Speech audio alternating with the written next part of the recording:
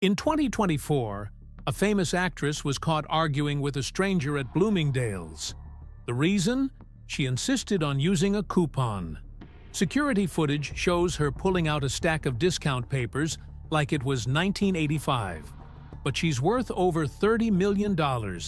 This is just one of many stories Hollywood doesn't want you to know.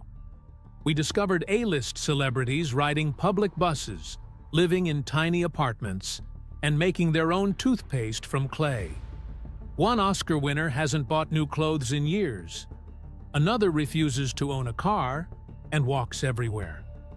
The most extreme case will leave you speechless about what wealth really means in Hollywood. Number 10. Keanu Reeves. For someone with a face recognized in every corner of the world, Keanu Reeves moves like someone with nothing to prove. His fame began with a goofy, lovable time traveler in Bill and Ted's Excellent Adventure, a role that could have boxed him in forever. But it didn't. He broke out again in Speed, then changed the game completely with The Matrix. That film alone redefined action cinema and made Keanu a global icon. And just when everyone thought he'd peaked, he reinvented himself again with John Wick, a relentless, stylish action saga that somehow made a grieving hitman feel human. By 2024, his career had spanned decades and stacked up close to $400 million in net worth. But here's the twist. He still lives like a guy who'd split a sandwich with you on a park bench. He doesn't own mansions on every continent. He doesn't collect Ferraris. He rents apartments. He rides public transport. He packs light. When he's not filming, he's often seen alone, carrying his own bag, grabbing coffee like it's just another Tuesday. People talk about minimalism like it's a lifestyle trend. For Keanu, it's just life. And that life includes acts that don't make headlines the way movie premieres do. Like the time he sat on a sidewalk and shared food with a homeless man for over an hour. Or when he drove a stranger 50 miles home because her car broke down.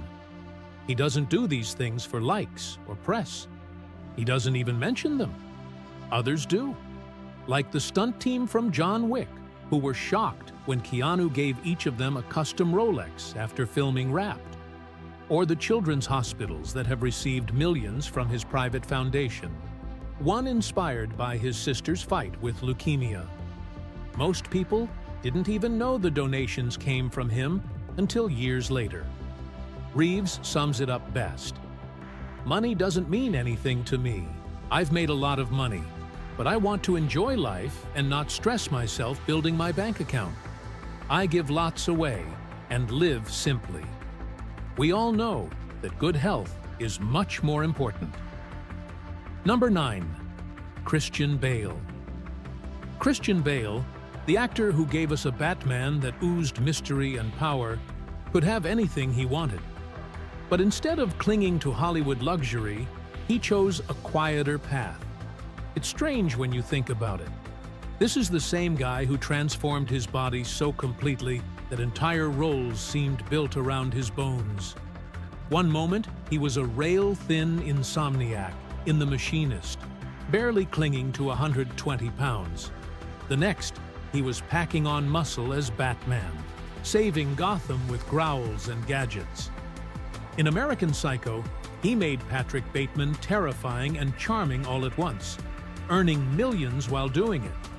And then he turned around and lost weight again for The Fighter, playing a twitchy ex-boxer with hollow cheeks and wild eyes. That role won him an Oscar. That body of work earned him over $120 million. But none of it ever seemed to change him. He still lives in Brentwood, in a home that's nice, but not the kind you'd expect from a man who helped bring in billions at the box office. His house isn't some sprawling estate with golden gates and robot butlers. It has a library, a pool, and just enough room to breathe. He shops for his own groceries. He fixes things around the house himself. There's no celebrity bubble, no parade of assistants or stylists in his shadow. Just him, doing life like he's trying to stay invisible. Even when he's on set, he doesn't chase comfort. While filming in far-off places, he's been known to turn down luxury villas and pick basic, no-frills lodging instead. During a trip to China in 2011, he tried to visit a blind human rights activist and got into a confrontation with the guards. Not for publicity, not for show, just because he believed it was the right thing to do. He said before that wealth means nothing to him, and when he says it, you believe him. Not because it's poetic or rebellious, but because he backs it up every day. He doesn't chase the spotlight, he turns away from it. He once told GQ that success, for him, is being able to look back on life and say, "I did everything I wanted without compromise." That's the heartbeat of who he is. Number 8. Jennifer Lawrence. The moment Jennifer Lawrence stepped into Katniss Everdeen's boots in The Hunger Games, the world couldn't look away. That role made her a star almost overnight. The movies made billions, and Jennifer became a household name. Then came Silver Linings Playbook, and suddenly, she wasn't just popular. She was an Oscar winner at 22, the second youngest in history. After that, it felt like everything she touched turned into gold. American Hustle, Joy, and more blockbuster hits followed. For 2 years in a row, she was the highest-paid actress in the world. Her net worth now sits comfortably over $160 million. But that's not even the interesting part, because behind the fame, behind the flashing cameras and red carpet smiles, is someone who never really changed. At 14, she moved to New York to chase a dream. She didn't arrive with luxury. She arrived with babysitting money. And the apartment she ended up in had no kitchen and no hot water. Just a single hot plate and a whole lot of rats. At night, they came out of the walls, but she didn't run. If the rats ate part of her bread, she'd cut around it and eat the rest. "I got to the point where I was literally sharing food with a rat," she said once. Her dad visited her once and saw the place. That's when he realized she wasn't playing around. She was serious. And even after all the awards and money, she stayed the same. No mega mansions, no parade of sports cars. She lives in small, simple places.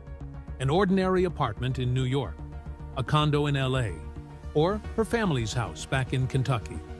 She drives a Chevy Volt. She clips coupons. She shops at thrift stores. She donates millions to children's hospitals and anti-hunger programs. In 2016 alone, she gave $2 million to help build a heart unit for kids. For her, money was never the goal. "Happiness isn't in stuff," she once said. "It's in your relationships, in your experiences." Number 7. Adam Sandler. Imagine walking into a random grocery store and spotting a guy in baggy basketball shorts, worn-out Ugg boots, and an old T-shirt holding 2 plastic bags like it's 1995. Then you look closer, and it's Adam Sandler. One of Hollywood's biggest stars, worth nearly $500 million, just quietly shopping for cereal like it's no big deal. That's what makes him so oddly fascinating. While most stars wrap themselves in labels and hide behind sunglasses and bodyguards, Sandler just exists. Calmly, quietly, comfortably. He built his empire from goofy sketches on Saturday Night Live in the early 90s to creating box office monsters like Billy Madison and Happy Gilmore, movies that turned absurdity into gold. One was about a grown man redoing school, the other about a failed hockey player turning pro at golf, and both made millions. By the time Big Daddy came out, he wasn't just the star anymore. He was the boss. His own production company, Happy Madison, was up and running, and the world couldn't get enough of his laid-back charm. He made silly movies with his friends, and people paid hundreds of millions to watch. Grown-ups alone brought in $271 million. And through it all, he stacked up properties, deals, and Netflix specials until his net worth hit $500 million. He was on Forbes' highest-paid list, raking in over $70 million in a single year. And yet, even at the peak, he still showed up to red carpets in shorts. In August 2024, when most stars showed up to a Netflix special premiere in tailored suits and polished shoes, Sandler strolled in wearing sneakers and a hoodie, looking slimmer than usual. He'd lost 25 pounds because his daughters told him to take care of himself. Not because a stylist demanded it. Not because a contract required it. Just because family asked. He doesn't follow fashion. He barely acknowledges it. He once said he dresses for comfort, not style. And that honesty, that anti-fashion attitude, is what people love. He's been spotted in clearance rack t-shirts, playing basketball at public parks 5 times a week, or tipping quietly at low-key restaurants. No drama, no luxury cars with butterfly doors, just an old Cadillac and a warm heart. He'll gift a Maserati to a friend, then hop in his own basic ride and head home. Number 6. Robert Pattinson. Robert Pattinson could have easily become just another Hollywood cliché. He had the face, the fame, the fortune. But instead of chasing gold-plated mansions or champagne-drenched parties, he did something most people never saw coming. His breakout moment came when he played Cedric Diggory in Harry Potter and the Goblet of Fire. That alone could have made him a household name. But just a few years later, the Twilight Saga happened, and that changed everything. Suddenly, he wasn't just famous, he was world famous. By the time the final film hit theaters, the series had earned over $3.3 billion. His face was on posters, lunchboxes, gossip blogs, and screaming fans' t-shirts. But behind the scenes, Pattinson wasn't living like someone riding the wave of blockbuster riches. Early on, even after Twilight, he kept things small. A modest apartment in Soho, quiet music sessions in London bars, the kind of life you'd expect from a struggling artist, not an A-lister with millions in the bank. And when he did decide to buy a home in LA, it wasn't some showy palace in Beverly Hills. It was a 1,940-square-foot Spanish-style house tucked away in the Hollywood Hills. Just 2 bedrooms, 2 bathrooms, surrounded by trees, quiet, private. He bought it in 2014 for around $2.1 million. Not exactly spare change, but nowhere near what his celebrity peers were spending. He lived there for nearly a decade, before quietly selling it in 2023 for $3 million. No flashy listing, no headlines, just gone. That same year, his life shifted again. He welcomed his first child with Suki Waterhouse. He upgraded to a slightly bigger home nearby, 3 bedrooms, about $5.3 million. Still not excessive, especially for someone with a net worth north of $100 million. Even now, Pattinson stays far away from Hollywood extravagance. You won't see him at yacht parties or bragging about designer kitchens. He'd rather make his own dinner, even if that dinner sounds like something a sleep-deprived college student might invent at 2 a.m. He once described a meal he made using a lighter, a microwave, sugar, cheese, and cornflakes. He called it piccolini cuscino and said it was a fast food idea. In reality, it was an explosion waiting to happen. He tried to sell the idea during a 2020 GQ interview, but gave up halfway through, laughing at himself.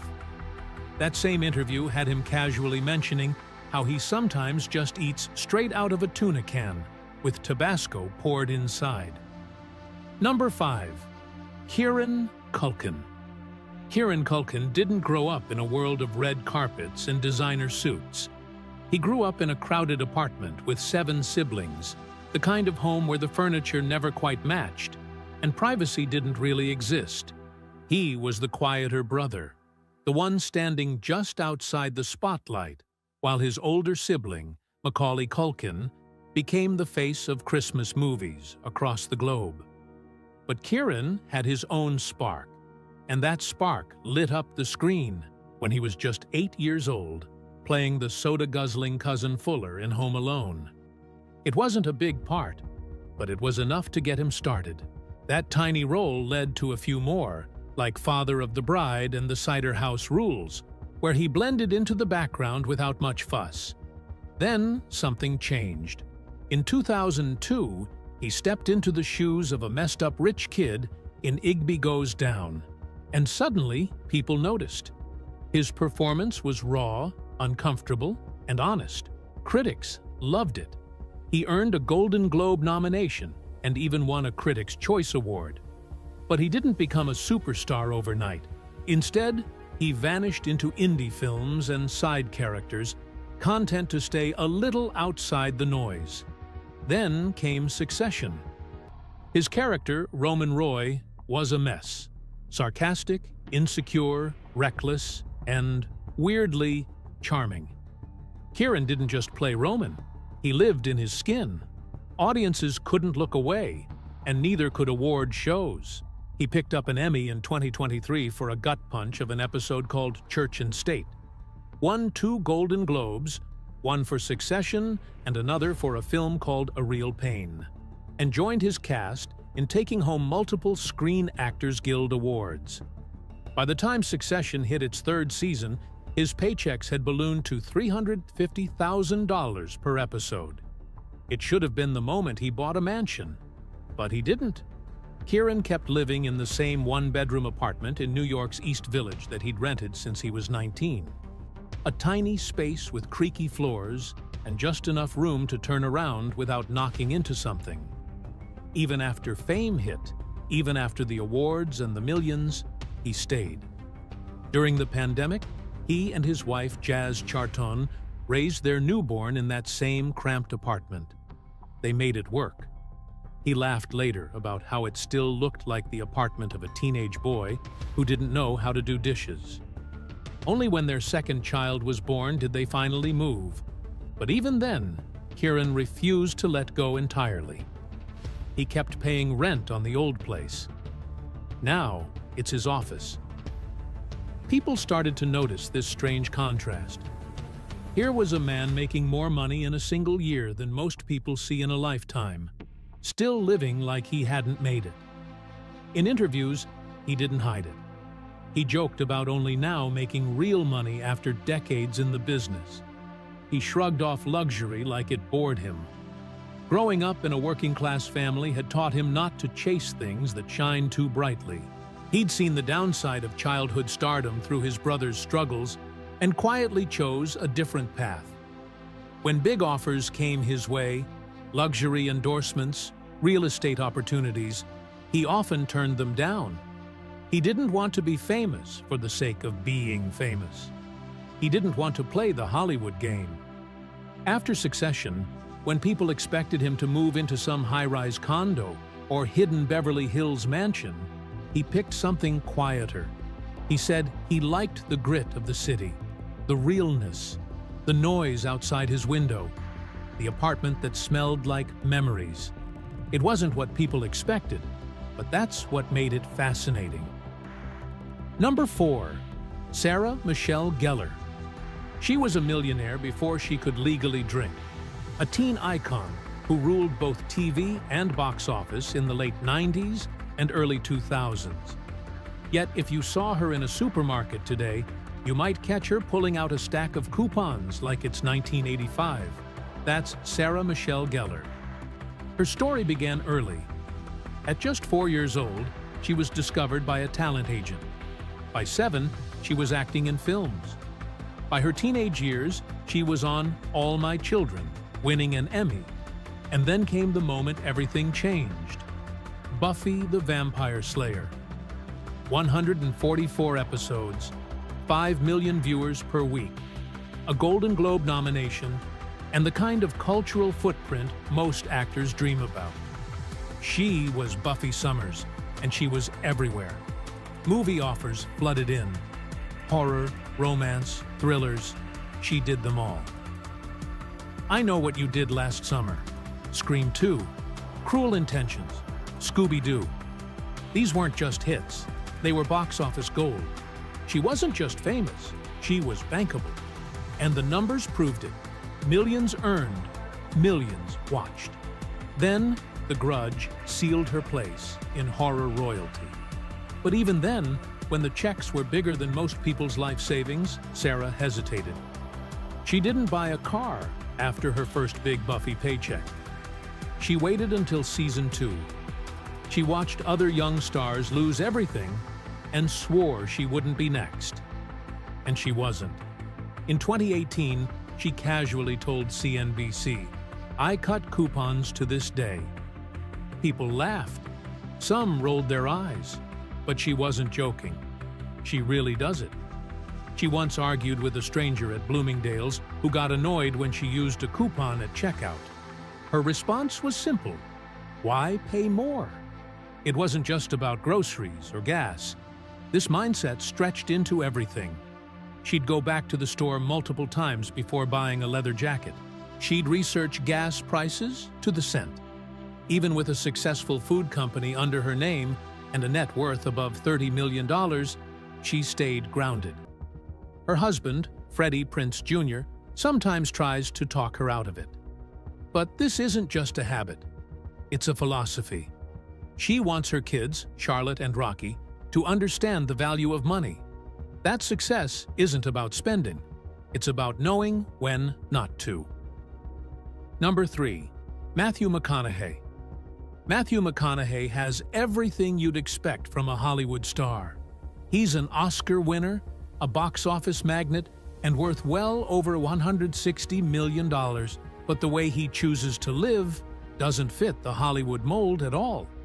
While many actors surround themselves with red carpets, designer homes, and personal chefs, McConaughey's life feels more like something out of a road trip journal than a celebrity magazine.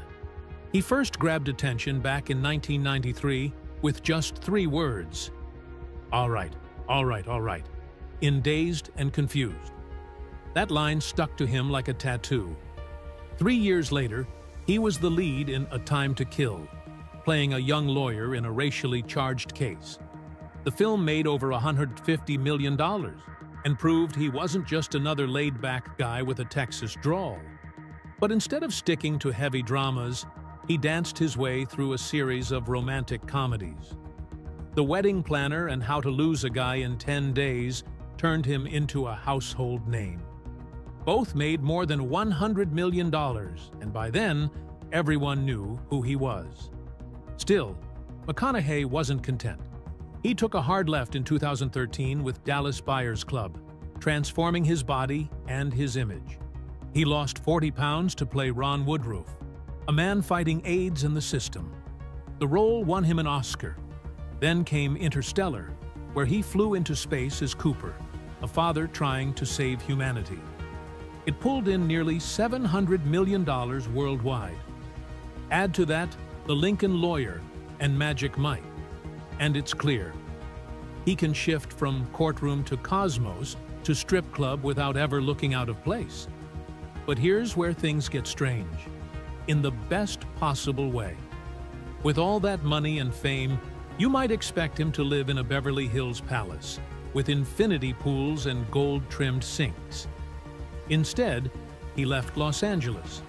He moved to Austin, Texas, where he and his wife Camila Alves bought a Spanish-style house for $6 million. It's big, sure, but it's not flashy.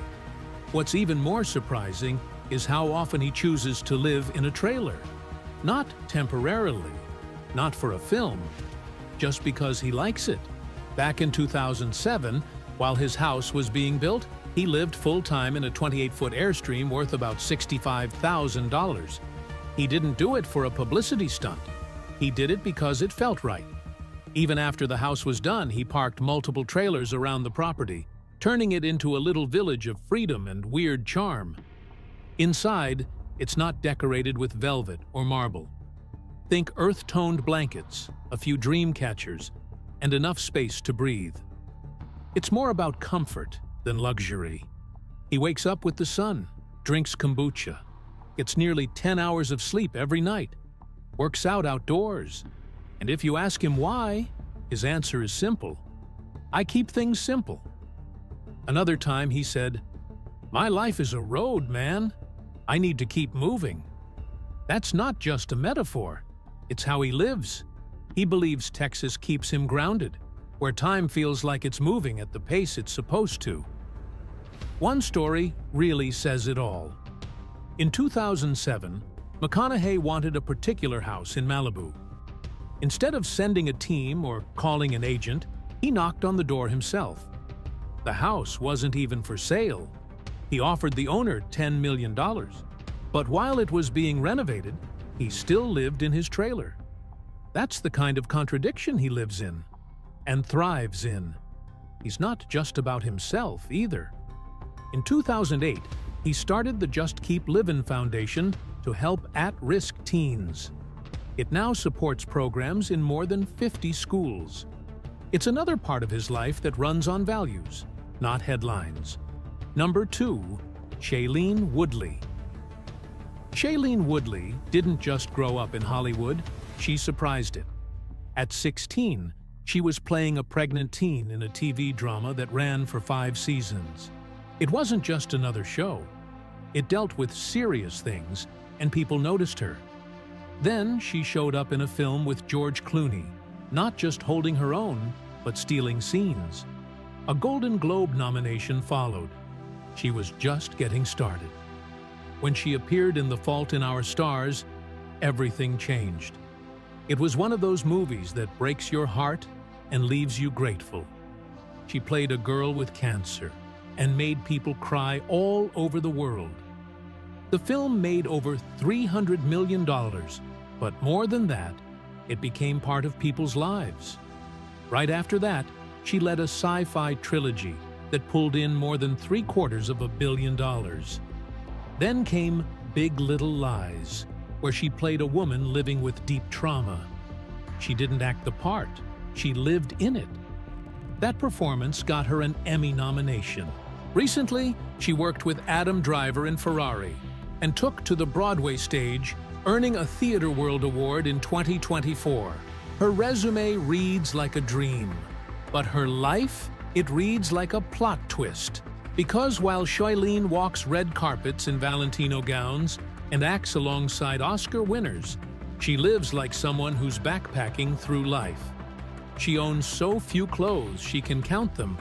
2 jeans, some leggings, that's it. Her suitcase is basically her home. She stays with friends, gathers wild plants for homemade beauty products, and refuses most modern comforts. She collects spring water from the mountains. She brushes her teeth with clay.